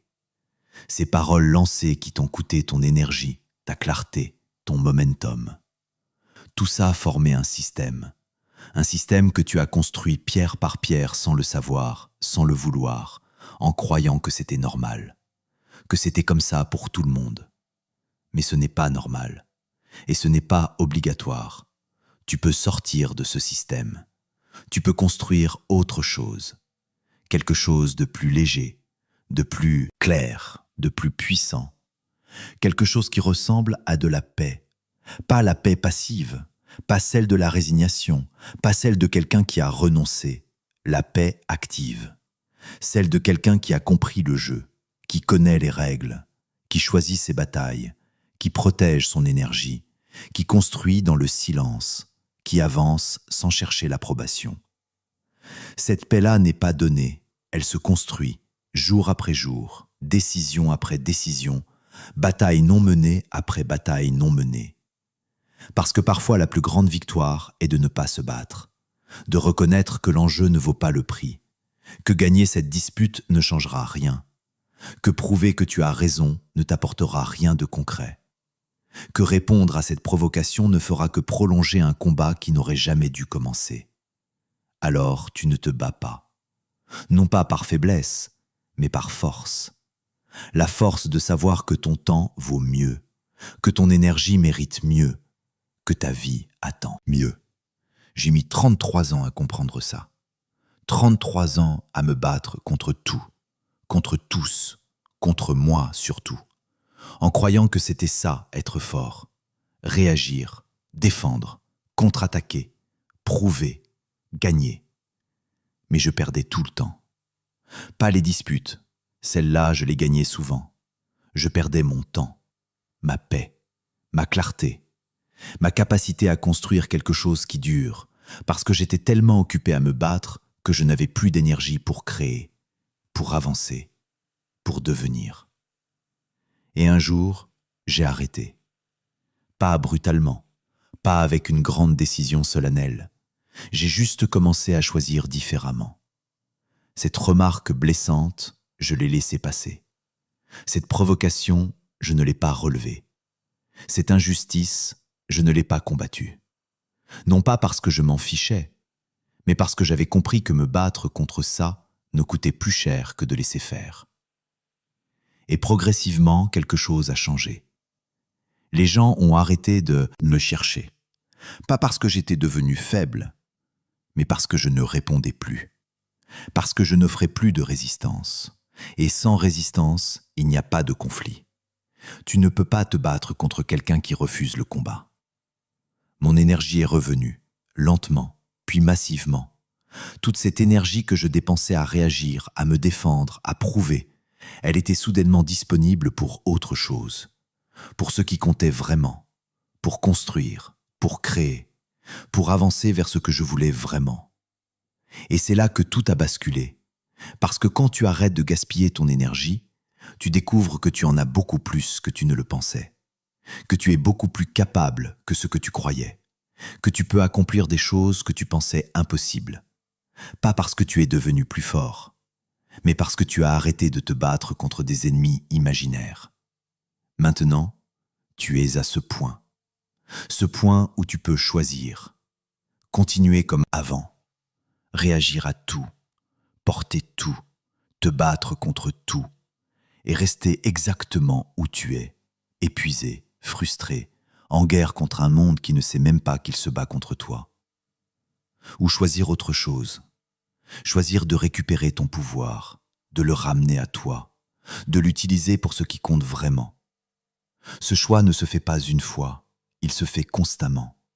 Chaque fois que quelqu'un te provoque, chaque fois qu'une situation t'irrite, chaque fois que tu sens la colère monter, tu as ce moment, ce point de choix, ce micro-espace entre le déclencheur et ta réponse. Et dans cet espace, tu peux décider. Est-ce que je paie cette dette aujourd'hui? Est-ce que je dépense mon budget sur ça? Est-ce que je me bats pour ça? Ou est-ce que je garde mon énergie pour quelque chose qui compte vraiment? La plupart du temps, la réponse sera de ne pas payer, de ne pas dépenser, de ne pas se battre. Parce que la plupart des choses ne méritent pas ton énergie. Elles ne l'ont jamais méritée. Tu la leur as juste donnée par habitude, par conditionnement, par croyance que c'était ce qu'il fallait faire. Mais maintenant tu sais que ton énergie est limitée, que ton attention est précieuse, que ton temps ne reviendra pas. Tu sais que chaque combat que tu choisis est un combat que tu ne mènes pas ailleurs, que chaque personne toxique que tu tolères prend la place de quelqu'un qui pourrait t'élever, que chaque minute passée à ruminer est une minute volée à ta construction. Alors choisis mieux. Pas parfaitement. Personne ne choisit parfaitement. Mais mieux qu'hier. Mieux que la semaine dernière. Mieux que l'année dernière. Progressivement. Constamment. Sans relâche. Jusqu'à ce que ça devienne automatique. Jusqu'à ce que tu ne remarques même plus les provocations. Jusqu'à ce que les gens disent de toi qu'il est impossible de le déstabiliser, qu'il est impossible de le mettre en colère, qu'il est impossible de le faire réagir. Et ils auront raison. Non pas parce que tu n'as plus d'émotions, mais parce que tu as compris qu'elles t'appartiennent, que personne ne peut les déclencher sans ta permission, que tu es le seul maître à bord, et que tu as décidé de ne plus donner les commandes à n'importe qui. Voilà où tu es maintenant, au début de quelque chose, pas à la fin. Le livre se termine ici, mais ton travail commence maintenant, dans le silence, dans tes choix quotidiens, dans ces micro-décisions que personne ne verra jamais, sauf toi. Et c'est tout ce qui compte. Parce que tu ne construis pas pour les autres, tu construis pour toi. Pour cette version de toi qui refuse de perdre une minute de plus en guerre contre des fantômes. Pour cette version qui a compris que la vraie force n'est pas de gagner tous les combats, mais de ne plus avoir à se battre. Avant de nous quitter, il reste des vérités à poser. Des vérités que la plupart des livres évitent parce qu'elles sont inconfortables. Mais tu es arrivé jusqu'ici. Tu mérites de les entendre. La première vérité est celle-ci. Tout ce que tu as découvert dans ce livre audio ne t'appartient vraiment que si tu l'habites sous pression. N'importe qui peut gérer son énergie quand la vie est douce. N'importe qui peut rester cohérent quand rien ne le provoque. N'importe qui peut garder le silence quand personne ne l'interpelle. La vraie mesure de ta transformation apparaît dans les moments de tension. Quand quelqu'un appuie sur le bon bouton, quand une situation réveille une vieille blessure, quand l'urgence crie et que tout en toi veut réagir immédiatement. C'est là que tout se joue. Et c'est là que tu dois revenir à ce que tu as appris. Pas comme une théorie, comme une posture, quelque chose que tu habites, quelque chose qui est devenu toi. La deuxième vérité est plus inconfortable. Les gens autour de toi ne veulent pas forcément que tu changes. Pas parce qu'ils te veulent du mal, parce que ton changement dérange leur système. Si tu réagis moins, certaines personnes perdent un levier. Si tu gardes tes projets pour toi, certains perdent l'accès à tes plans. Si tu poses des limites claires, certains perdent leur confort. Et face à ça, il y aura des résistances. Des remarques habillées en humour, des pressions déguisées en inquiétude bienveillante. Des gens qui appellent ta paix de la froideur, qui appellent ton silence de l'arrogance, qui appellent ta discipline de l'égoïsme. Tu dois savoir que ces réactions ne prouvent pas que tu as tort. Elles prouvent souvent que tu avances dans la bonne direction. Quand tu changes ton fonctionnement, le système autour de toi réagit, toujours, parce que ce système était construit sur ta manière ancienne de fonctionner. Ta réactivité, ta disponibilité permanente, ton besoin d'approbation étaient des ressources pour d'autres. Quand tu retires ces ressources, ceux qui en dépendaient protestent. Certains s'adaptent, d'autres s'éloignent. Et dans cet éloignement, même douloureux sur le moment, tu trouves quelque chose de précieux. La clarté sur qui était vraiment là pour toi. Et qui était là pour ce que tu leur offrais. La troisième vérité concerne la durée. Il est facile d'appliquer ces principes pendant une semaine. Il est facile d'être discipliné quand l'énergie du changement est encore fraîche. La difficulté réelle commence au 3e mois, au 6e, quand la nouveauté est passée, quand les résultats tardent encore à se voir, quand les vieilles habitudes cherchent à reprendre leur place avec une insistance tranquille. C'est là que la majorité abandonne. Pas parce qu'ils ont compris que ça ne fonctionne pas, parce que le confort de l'ancien système est plus fort que l'effort du nouveau. C'est précisément là que tout se décide. Pas dans les premiers jours enthousiastes, pas dans les moments d'inspiration, dans les jours ordinaires, dans les semaines où personne ne voit l'effort, dans les moments où une partie de toi voudrait retrouver la facilité d'avant. C'est là que tu choisis. Encore, silencieusement, sans audience, sans applaudissements. La décision de rester aligné avec qui tu veux devenir. Je veux aussi te parler de quelque chose que peu de gens nomment, la solitude partielle que crée la transformation. Quand tu commences à voir les schémas, à identifier les dettes, à lire les contrats non signés, tu entres dans un espace légèrement différent. Pas isolé, mais sélectif. Tu peux moins te permettre les conversations qui tournent en rond. Tu tolères moins les environnements qui exigent ta réactivité constante. Tu as moins de patience pour les drames construits autour de rien. Et parfois, cette sélectivité ressemble à de la solitude. Mais ce n'en est pas. C'est de l'espace. Un espace que tu as créé en retirant ce qui le remplissait inutilement. Et cet espace est le terrain dans lequel les choses importantes peuvent enfin prendre racine. Il y a aussi une réalité sur l'énergie que personne ne te dit. La maîtrise émotionnelle n'est pas illimitée. Elle nécessite un terrain solide. Un esprit fatigué revient aux vieux réflexes. Un corps épuisé fait des erreurs de jugement que l'esprit lucide ne ferait jamais. Si tu veux maintenir la qualité de tes décisions, tu dois protéger ton sommeil, tes moments de récupération, tes espaces de calme, avec la même rigueur que tu protèges tes objectifs.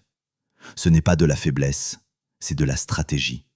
Les gens qui durent, ceux qui construisent sur le long terme sans s'effondrer, ont compris que la performance mentale dépend directement de la récupération physique. Je veux aussi te parler de l'identité. Pendant longtemps, peut-être que tu t'es défini par ta réactivité, par ta capacité à tout absorber, par ton besoin d'être apprécié, par ton habitude de te justifier, de te plier, de compenser. Ces choses faisaient partie de qui tu étais. Et changer, c'est aussi faire le deuil de cette identité-là, même si elle ne te servait pas, même si elle t'épuisait. Parce que ce qui est familier a toujours une gravité, une attraction silencieuse vers ce qu'on connaît, même quand ce qu'on connaît nous fait du mal. Ce deuil est réel, il mérite d'être reconnu, non pas pour t'y attarder, mais pour ne pas être surpris quand il se présente sous forme de culpabilité, de doute, d'envie de revenir à l'ancienne façon d'être. Maintenant, voici une dernière chose que je veux te laisser. Une question à porter dans ta vie quotidienne. À quoi ressemble la journée d'une personne qui a vraiment intégré tout ce dont je t'ai parlé? Elle ne paie plus les dettes qui ne lui appartiennent pas. Quand quelqu'un la provoque, elle voit la dette, elle voit le crédit, et elle choisit de ne pas emprunter. Elle n'accumule plus de rancune contre des contrats que personne n'a signés. Elle exprime ce qu'elle attend clairement, tôt, agressivité, et quand l'autre ne peut pas s'adapter, elle accepte l'incompatibilité sans en faire un drame. Elle gère son budget d'attention comme un actif précieux. Elle sait que chaque minute donnée à ce qui ne compte pas est une minute volée à ce qui construit. Elle investit, elle ne gaspille pas. Elle nettoie ses miroirs régulièrement. Quand quelqu'un la déclenche de façon disproportionnée, elle se demande ce que ce reflet lui montre. Elle apprend, elle intègre, sans se punir. Elle tient ses engagements envers elle-même, pas parfaitement, mais constamment. Et chaque promesse tenue, même petite, reconstruirait la confiance qu'elle a en elle. Elle apprend ce dont elle a besoin, pas tout, les 20% qui changent vraiment quelque chose. Elle transforme en action, immédiatement. Elle lâche prise sur ce qu'elle ne peut pas contrôler, non par résignation, par lucidité. Elle met son énergie sur ce qui lui appartient vraiment, et elle garde le silence sur ce qu'elle construit, jusqu'à ce que ce soit réel, jusqu'à ce que ce soit fait, jusqu'à ce que ce soit irréversible. Cette personne n'est pas parfaite. Elle a des jours où la vieille dette remonte, où le vieux réflexe reprend la main, où l'envie de prouver, de défendre, de répondre revient plus forte que prévu. Mais la différence, c'est qu'elle revient, plus vite, plus facilement, sans se juger trop sévèrement. Elle revient à ses principes, elle revient à ce qu'elle a décidé d'être. Et c'est cette capacité à revenir encore et encore qui constitue l'essentiel de la transformation. Pas la perfection, la direction. Pas l'arrivée, le chemin choisi consciemment chaque jour. Tu as maintenant tous les outils. La dette invisible et comment ne plus la contracter. Le contrat non signé et comment le mettre sur la table. L'économie de l'attention et comment gérer ton budget. Le miroir sale et comment le nettoyer sans te perdre. Le prix de la cohérence et comment reconstruire une promesse à la fois. La règle des 20% et comment apprendre moins mais mieux. L'illusion du contrôle et comment lâcher ce qui ne t'appartient pas. Et le silence stratégique, comment construire dans l'ombre jusqu'à ce que ce soit réel. Ce qui reste maintenant n'est pas une idée de plus à comprendre, c'est un engagement, avec toi-même, silencieux, sans validation extérieure. L'engagement de choisir, à chaque moment où c'est possible, la réponse intelligente plutôt que la réaction impulsive. La cohérence plutôt que l'enthousiasme passager. Le silence utile plutôt que la parole qui soulage mais qui coûte. Le long terme plutôt que la dette émotionnelle du moment. Ce n'est pas toujours facile, mais c'est toujours possible. Et chaque fois que tu fais ce choix, même imparfaitement, tu construis quelque chose. Quelque chose qui ne se voit pas tout de suite. Quelque chose qui ne fait pas de bruit. Mais quelque chose qui, avec le temps, change tout.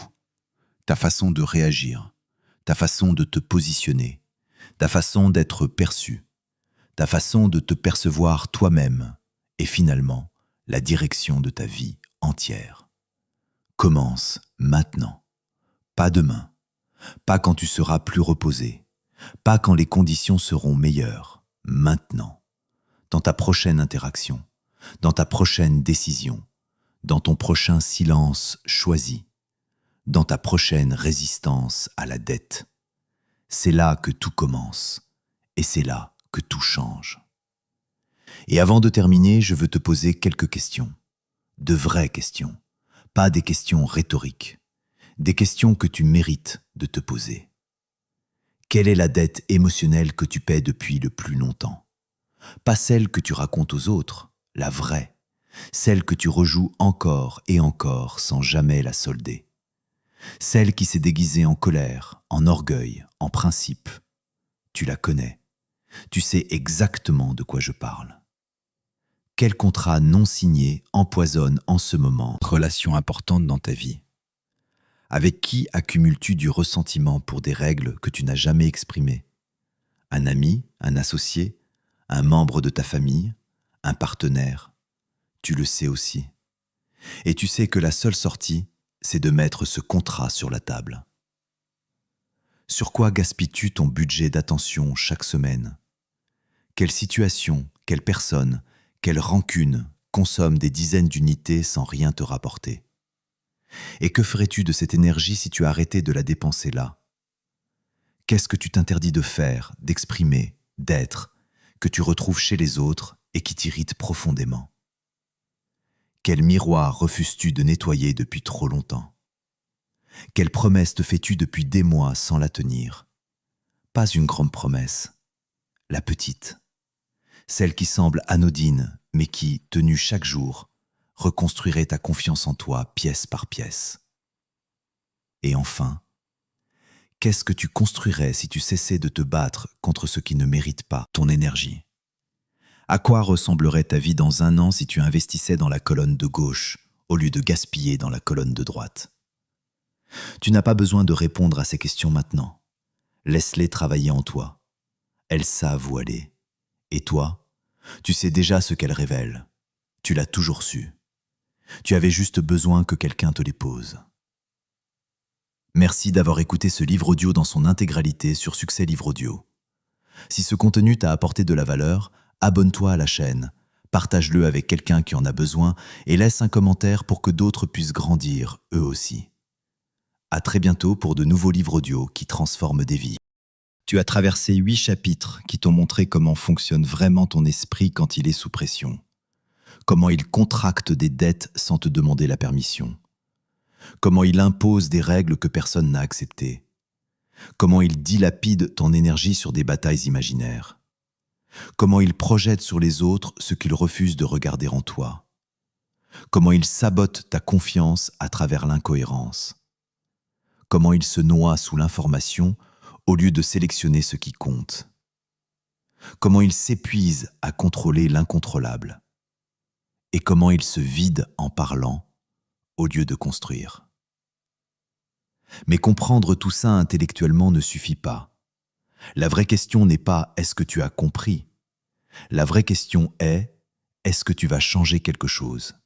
Aujourd'hui, pas dans une semaine, pas quand tu seras prêt, aujourd'hui. Parce que le problème avec les livres, avec les contenus, avec les prises de conscience, c'est qu'ils donnent une sensation de progression sans en produire une. Tu écoutes, tu acquiesces, tu te dis que c'est exactement ça, que tu te reconnais, que tu vas changer, et puis tu retournes à ta vie. Et rien ne change. Pas parce que tu n'as pas voulu, parce que la compréhension et l'action sont deux choses différentes. Et la plupart des gens restent coincés entre les deux. Ils comprennent tout, ils ne font rien. Ils accumulent les prises de conscience comme ils accumulent les livres, comme des timbres, comme des décorations pour leur image mentale d'eux-mêmes. Je t'ai parlé de la règle des 20%. Elle s'applique aussi à ce livre. Tu n'as pas besoin de tout appliquer en même temps. Tu as besoin d'une chose, une seule, celle qui, si tu la mets en pratique vraiment, va produire le plus grand changement dans ta vie en ce moment. Pas la plus impressionnante, pas la plus ambitieuse, la plus pertinente pour là où tu en es. Peut-être que c'est la dette émotionnelle. Tu as une colère que tu portes depuis trop longtemps contre quelqu'un qui a probablement oublié l'incident. Et cette colère te coûte de l'énergie chaque semaine sans rien te rapporter. Peut-être que c'est le contrat non signé. Tu as une relation qui souffre en ce moment parce que tu as des attentes que tu n'as jamais exprimées. Et au lieu de parler, tu accumules du ressentiment contre quelqu'un qui ne sait même pas qu'il te déçoit. Peut-être que c'est la cohérence. Tu te fixes des objectifs depuis des mois et tu les abandonnes toujours. Et chaque abandon creuse un peu plus le trou entre ce que tu dis et ce que tu fais. Peut-être que c'est le silence stratégique. Tu parles trop de ce que tu vas faire et pas assez de ce que tu fais vraiment. Et cette parole te vole le momentum dont tu as besoin pour avancer. Quelle que soit la chose que tu identifies, commence par elle, uniquement par elle. Maîtrise-la, prouve-la à travers tes actes. Et ensuite seulement, passe à la suivante. Ce n'est pas de la lenteur, c'est de l'intelligence. Parce qu'essayer de tout changer en même temps, c'est la garantie de ne rien changer du tout. Il y a quelque chose dont je veux te parler maintenant. Quelque chose que peu de gens nomment clairement quand ils parlent de transformation intérieure. La résistance. Pas la résistance des autres, la tienne. Celle que tu vas ressentir dans les jours qui suivent ce livre audio. Cette voix qui va te dire que c'est intéressant, mais que ça ne s'applique pas vraiment à toi. Que ta situation est différente. Que tes raisons de réagir comme tu réagis sont légitimes. Que les gens autour de toi méritent vraiment ta colère, ton ressentiment, ta réactivité. Que tu n'as pas de contrat non signé, tu as juste des attentes normales que les autres devraient naturellement respecter. Cette voix est ton système de défense. Il protège le statu quo. Il protège l'identité que tu as construite. Il protège les habitudes que tu as développées parce qu'à un moment, elles te servaient. Elles t'aidaient à te sentir en contrôle, à te sentir fort, à te sentir protégé. Et maintenant qu'on te demande de les laisser partir, ils résistent. Ce n'est pas de la stupidité, c'est de la biologie. Le cerveau préfère le connu, même douloureux, à l'inconnu, même prometteur. C'est pour ça que les gens restent dans des situations qui les détruisent, pas par masochisme, par familiarité. Alors quand cette résistance arrive, ne la combats pas, observe-la. reconnais-la. Dis-lui « je te vois » et choisis quand même. Pas en la niant, en la traversant. Parce que la transformation ne commence pas après la résistance, elle commence à travers elle. Je veux aussi te parler de la rechute, parce qu'elle arrivera. Tu vas appliquer ces principes pendant quelques jours, peut-être quelques semaines. Et puis quelqu'un va dire exactement la bonne phrase au mauvais moment. Ou une situation va réveiller une vieille blessure que tu croyais avoir soldée. Et tu y vas réagir. Tu vas contracter une dette. Tu vas imposer un contrat que tu n'avais pas signé. Tu vas gaspiller ton budget sur quelque chose qui n'en valait pas une unité. Et tu vas te sentir coupable. Tu vas te dire que tu n'as pas changé, que tout ce que tu as appris ne sert à rien, que tu es toujours la même personne. C'est faux. La rechute ne prouve pas que tu n'as pas évolué. Elle prouve que tu es humain. Ce qui compte, ce n'est pas de ne jamais retomber. C'est de retomber moins souvent, moins longtemps, et de te relever plus vite. Chaque fois que tu te relèves, tu renforces quelque chose. Ta capacité à revenir à toi-même. Ta capacité à reconnaître le schéma. Ta capacité à choisir autrement. Et avec le temps, cette capacité-là devient ta vraie force. Pas l'absence de réaction, la vitesse du retour. Pense à un sportif de haut niveau. Il ne gagne pas chaque match. Il ne performe pas parfaitement à chaque entraînement. Mais il revient, toujours. Il analyse ce qui n'a pas fonctionné. Il ajuste et il repart. C'est ça la discipline, pas la perfection, la régularité du retour. Et toi, tu peux développer cette même discipline, pas pour tes performances sportives, pour ta vie intérieure, pour la façon dont tu gères tes émotions, tes relations, ton énergie, tes décisions. Il y a une dernière chose que je veux aborder avant de te laisser, la question du pourquoi. Pas le pourquoi intellectuel, le pourquoi profond. Pourquoi est-ce que tout ça compte pour toi vraiment ? Pas parce que tu veux être plus productif, pas parce que tu veux avoir moins de conflits. Quelle est la vie que tu veux vivre ? Quelle est la version de toi que tu veux être dans 5 ans, dans 10 ans ? Pas la version que tu montres aux autres, la version que tu veux être quand tu es seul, quand personne ne regarde, quand il n'y a pas d'audience. Parce que sans ce pourquoi profond, la discipline s'effondre au premier obstacle. La cohérence se fissure au premier inconfort. Le silence stratégique devient du silence par résignation. Tu as besoin d'une raison qui soit plus grande que ta résistance, plus grande que ta fatigue, plus grande que tes vieilles habitudes. Cette raison, toi seul peux la trouver.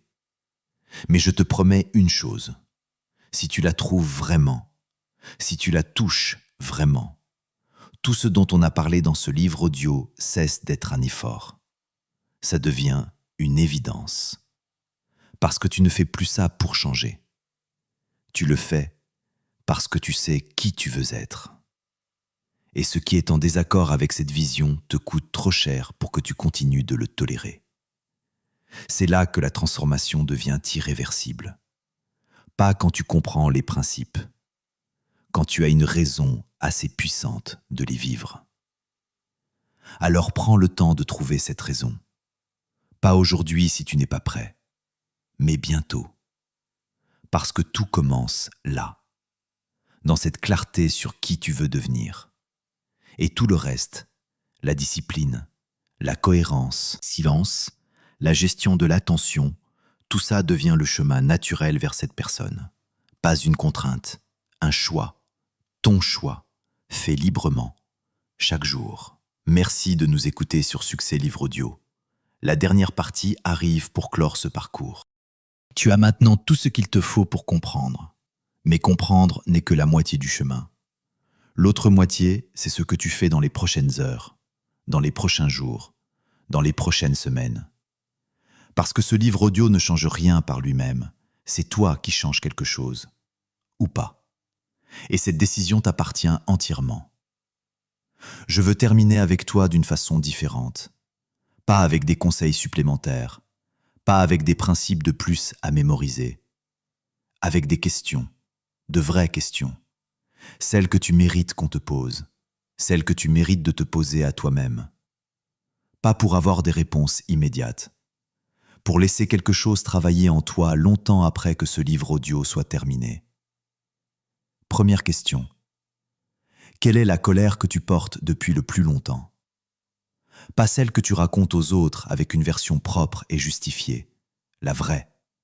Celle qui remonte encore parfois la nuit, celle qui te revient quand tu entends un certain prénom ou que tu croises un certain visage. Cette colère-là, qu'est-ce qu'elle protège vraiment? Pas ce que tu crois qu'elle protège, ce qu'elle protège vraiment. La blessure derrière le garde du corps.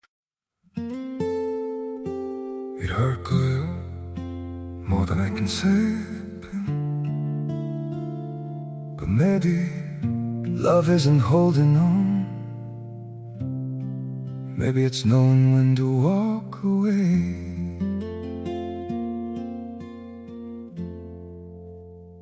We try to hold what we're slipping through, like sand running from our hands. Every promise started losing shape. We couldn't be what we once planned. Your eyes would look right through mine, like you were already gone. We stayed too long in a fading light, trying to prove we still. It hurt good, more than I can say. But maybe love isn't holding on. Maybe it's knowing when to walk away.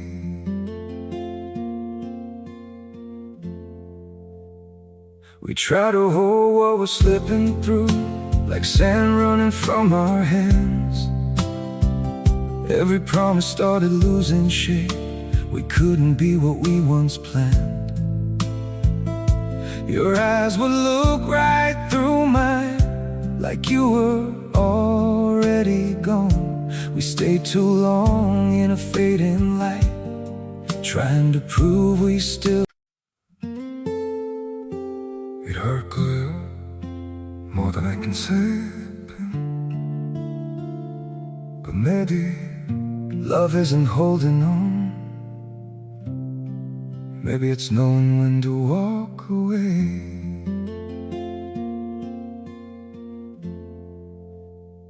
We try to hold what we're slipping through, like sand running from our hands.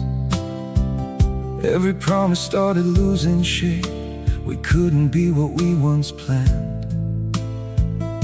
Your eyes would look right through mine, like you were already gone.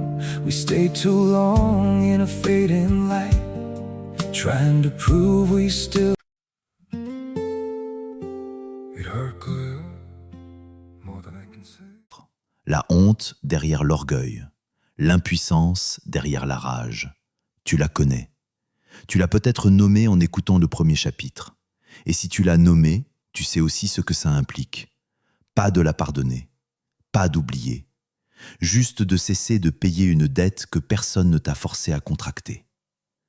Deuxième question, quel contrat non signé est en train d'empoisonner en ce moment une relation qui compte pour toi?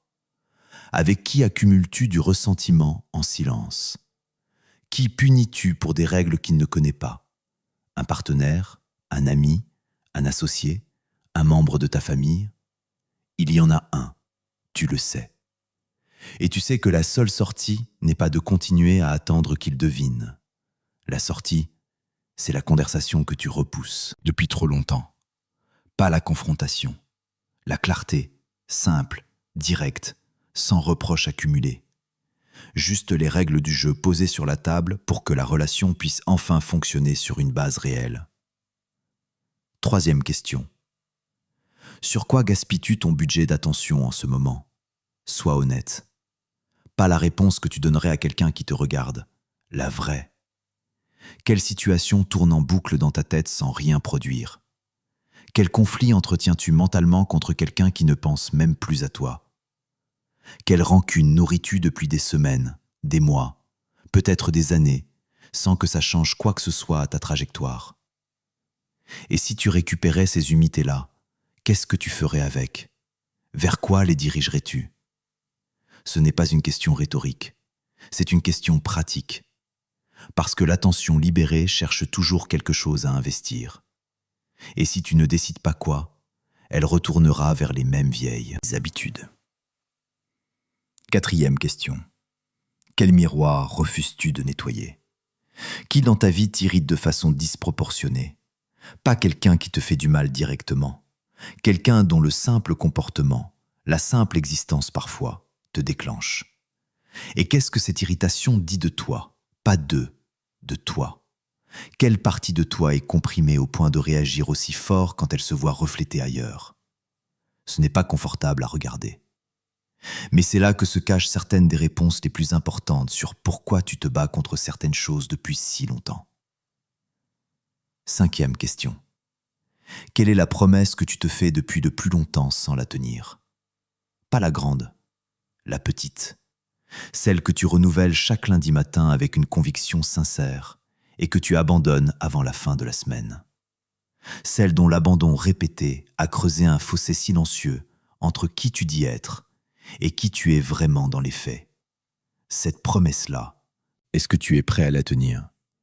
Pas parfaitement, juste régulièrement, juste suffisamment pour que ton cerveau recommence à te croire, juste suffisamment pour que la confiance interne se reconstruise, une brique à la fois. 6e question. Dans quel domaine de ta vie est-ce que tu contrôles encore ce qui ne t'appartient pas?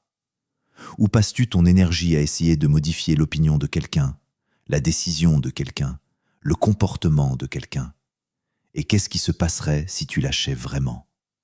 Pas en te résignant, en te libérant, en ramenant cette énergie vers ce qui t'appartient vraiment, tes actions, tes choix, ta trajectoire. 7e question. À qui as-tu parlé d'un projet, d'un objectif, d'un rêve, avant qu'il ne soit suffisamment solide pour résister aux doutes des autres? Et est-ce que cette parole t'a aidé à avancer, ou est-ce qu'elle a dilué ton momentum? Est-ce qu'il y a quelque chose que tu construis en ce moment dont tu devrais garder le silence jusqu'à ce que ce soit réel, jusqu'à ce que ce soit irréversible, jusqu'à ce que ce soit un fait que personne ne peut défaire parce que tu l'as déjà fait? Tu n'as pas besoin de répondre à toutes ces questions aujourd'hui. Certaines ont besoin de temps. Certaines ont besoin de silence. Certaines ont besoin d'une conversation difficile que tu n'es peut-être pas encore prêt à avoir. C'est normal. Le travail intérieur n'a pas de calendrier imposé. Il a juste besoin d'honnêteté et d'une décision de regarder sans détourner les yeux. Mais il y a une chose que je te demande de faire aujourd'hui, une seule. Choisir la question qui te dérange le plus parmi celles que je viens de te poser. Pas la plus facile, pas la plus intellectuellement intéressante, celle qui te met le plus mal à l'aise, celle que tu as envie d'éviter, parce que c'est toujours là que se trouve le travail le plus important. Et passe 10 minutes avec elle, seul, sans téléphone, sans distraction, juste toi et cette question. Laisse-la faire son chemin. Laisse-la réveiller ce qu'elle a besoin de réveiller. Et fais confiance à ce qui remonte. Je veux aussi te dire quelque chose avant de terminer. Quelque chose que peu de gens entendent assez souvent. Tu n'es pas obligé de rester comme tu es. Pas par magie. Pas du jour au lendemain. Mais tu n'es pas condamné à tes réflexes actuels. Tu n'es pas condamné à tes dettes émotionnelles. Tu n'es pas condamné à tes contrats non signés. Tu n'es pas condamné à gaspiller ton attention sur des batailles qui ne méritent pas ton énergie. Tu n'es pas condamné à te mentir encore et encore. Tu n'es pas condamné à parler au lieu de construire. Tout ça, tu l'as construit. Et ce que tu as construit, tu peux le déconstruire. Pas en une semaine, pas sans effort, pas sans rechute, mais tu peux.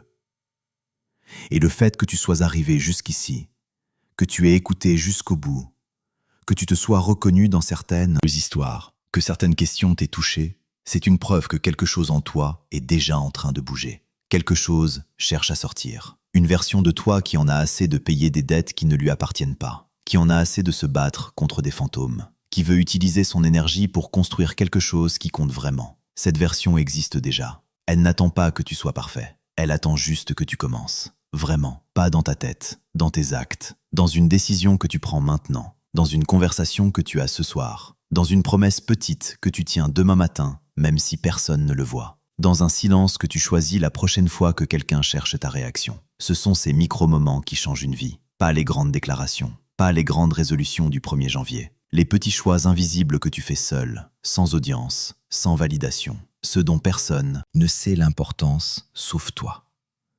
Et un jour, tu te retournes, et tu vois le chemin parcouru, et tu comprends que c'était là, dans ces moments-là, que tout s'est joué. La vraie force n'est pas de gagner tous les combats, c'est de ne plus avoir à se battre. La vraie liberté n'est pas l'absence de contraintes, c'est la capacité à choisir comment tu réponds à ce qui t'arrive.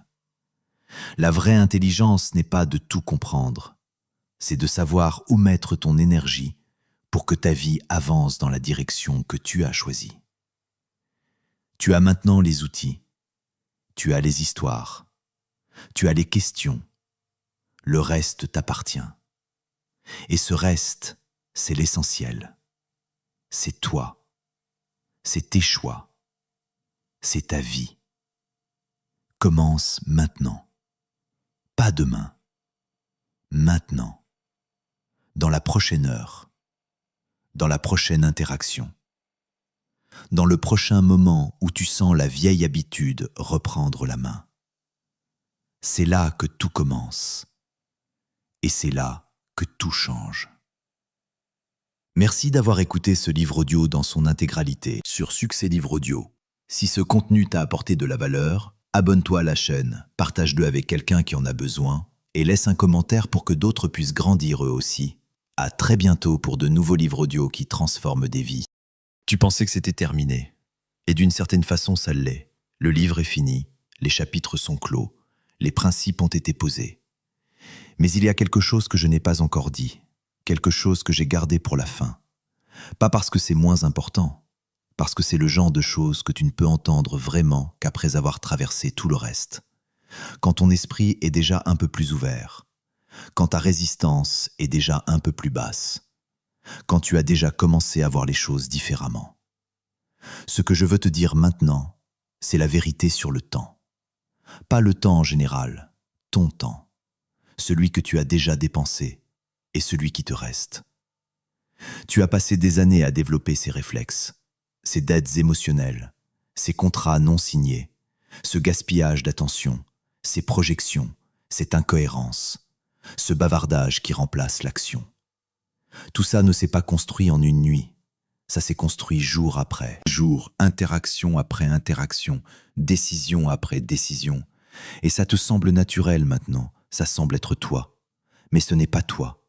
C'est ce que tu as appris à faire pour survivre dans des environnements qui te demandaient de réagir vite, de te défendre constamment, de prouver ta valeur sans arrêt. Et tu as appris. Bien. Trop bien peut-être. Le problème, c'est que ces stratégies de survie sont devenues des habitudes de vie. Et les habitudes de vie, elles ne s'interrogent pas. Elles s'exécutent automatiquement, sans que tu le décides vraiment, sans que tu aies vraiment le choix. Jusqu'à ce que tu commences à les voir. Et voir, c'est exactement ce que tu viens de faire dans ce livre audio. Tu as vu. Peut-être pour la première fois, vraiment. Peut-être pas tout, mais assez pour que quelque chose ait bougé. Et maintenant, la question est simple. Qu'est-ce que tu fais de ce que tu as vu ? Je vais te parler de quelque chose que j'appelle le coût du report.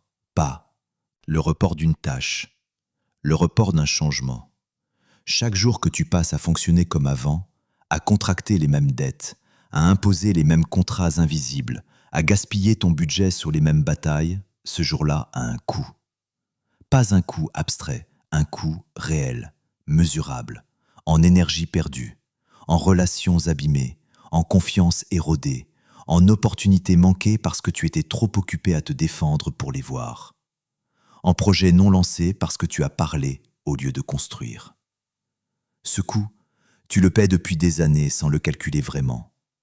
Parce que quand on paie quelque chose progressivement, jour après jour, on ne voit pas la facture totale. On voit juste la dépense du jour, qui semble petite, gérable, pas si grave. mais additionne toutes ces petites dépenses sur 10 ans, sur 15 ans, sur toute une vie, et tu vois quelque chose qui fait peur. Non pas parce que c'est catastrophique, mais parce que c'est silencieux.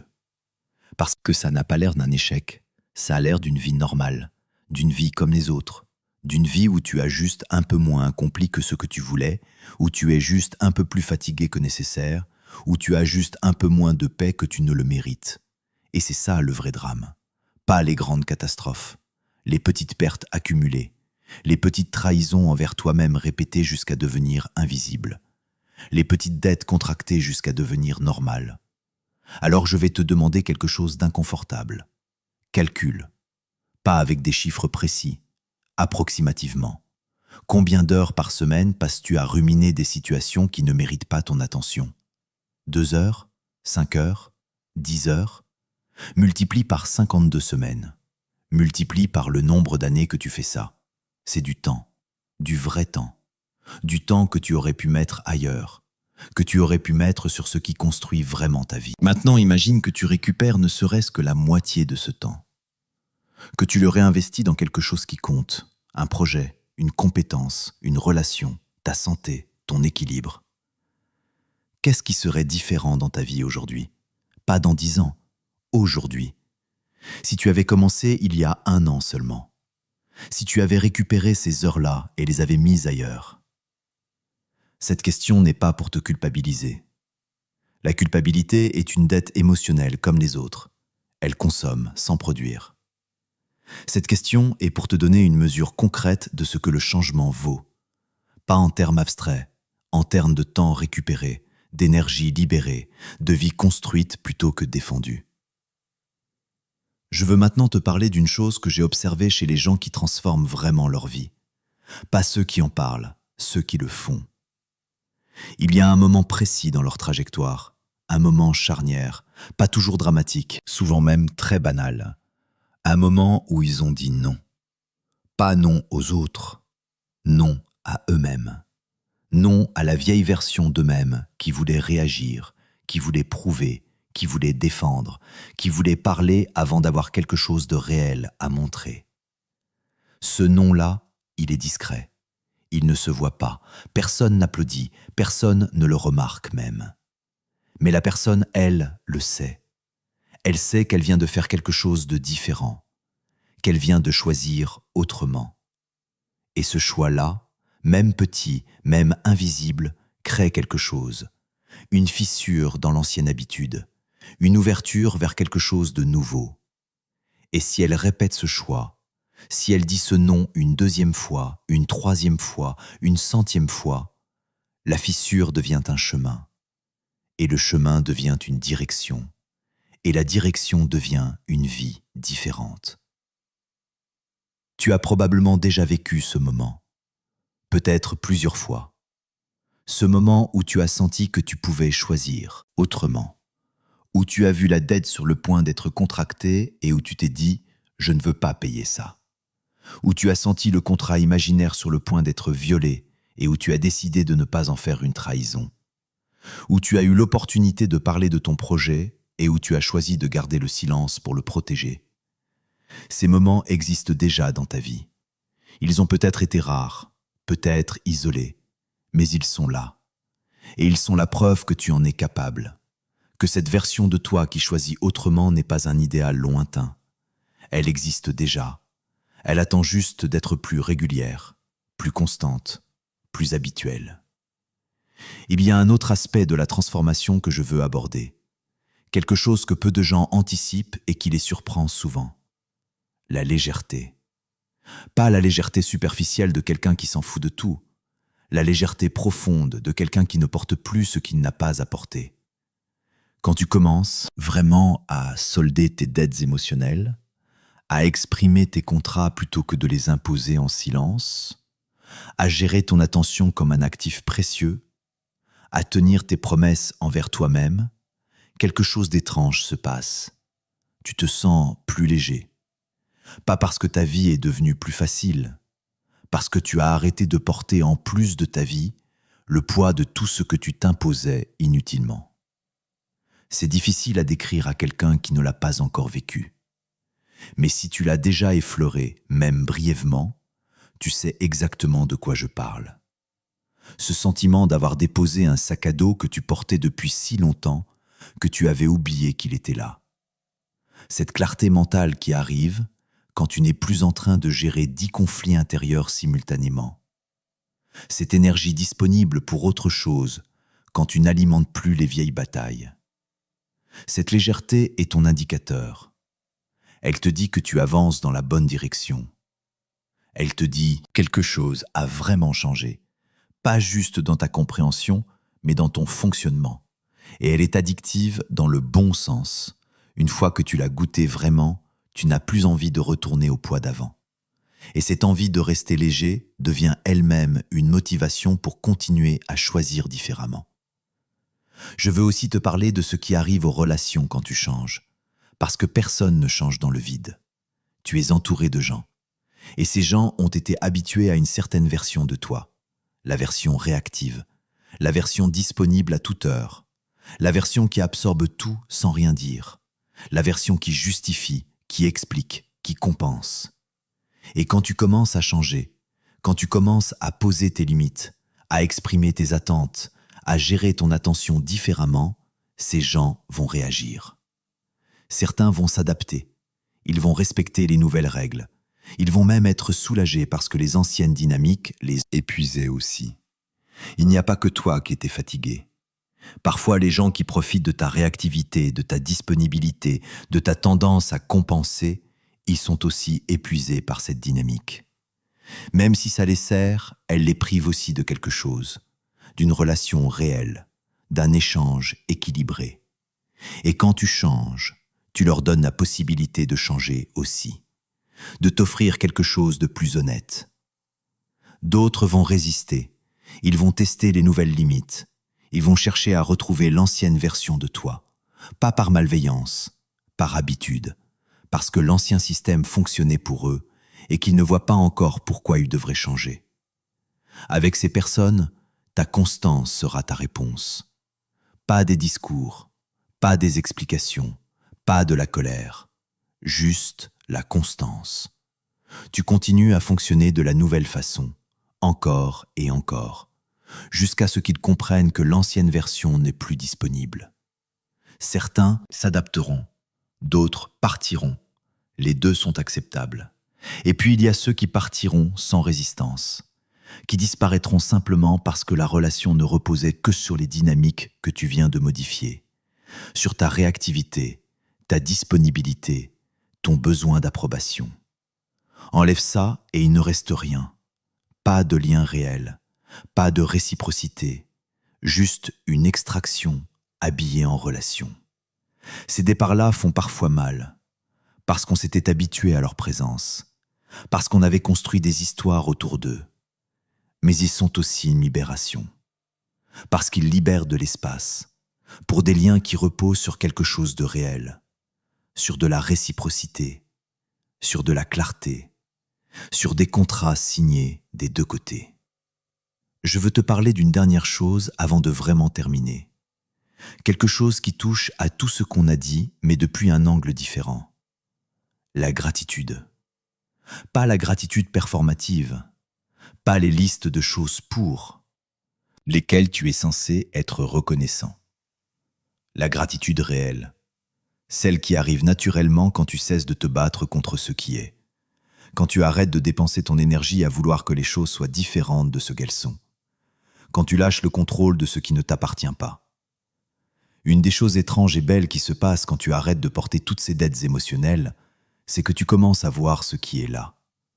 Ce qui était toujours là mais que tu ne pouvais pas voir parce que tu étais trop occupé à te battre. Des opportunités que tu ne remarquais pas.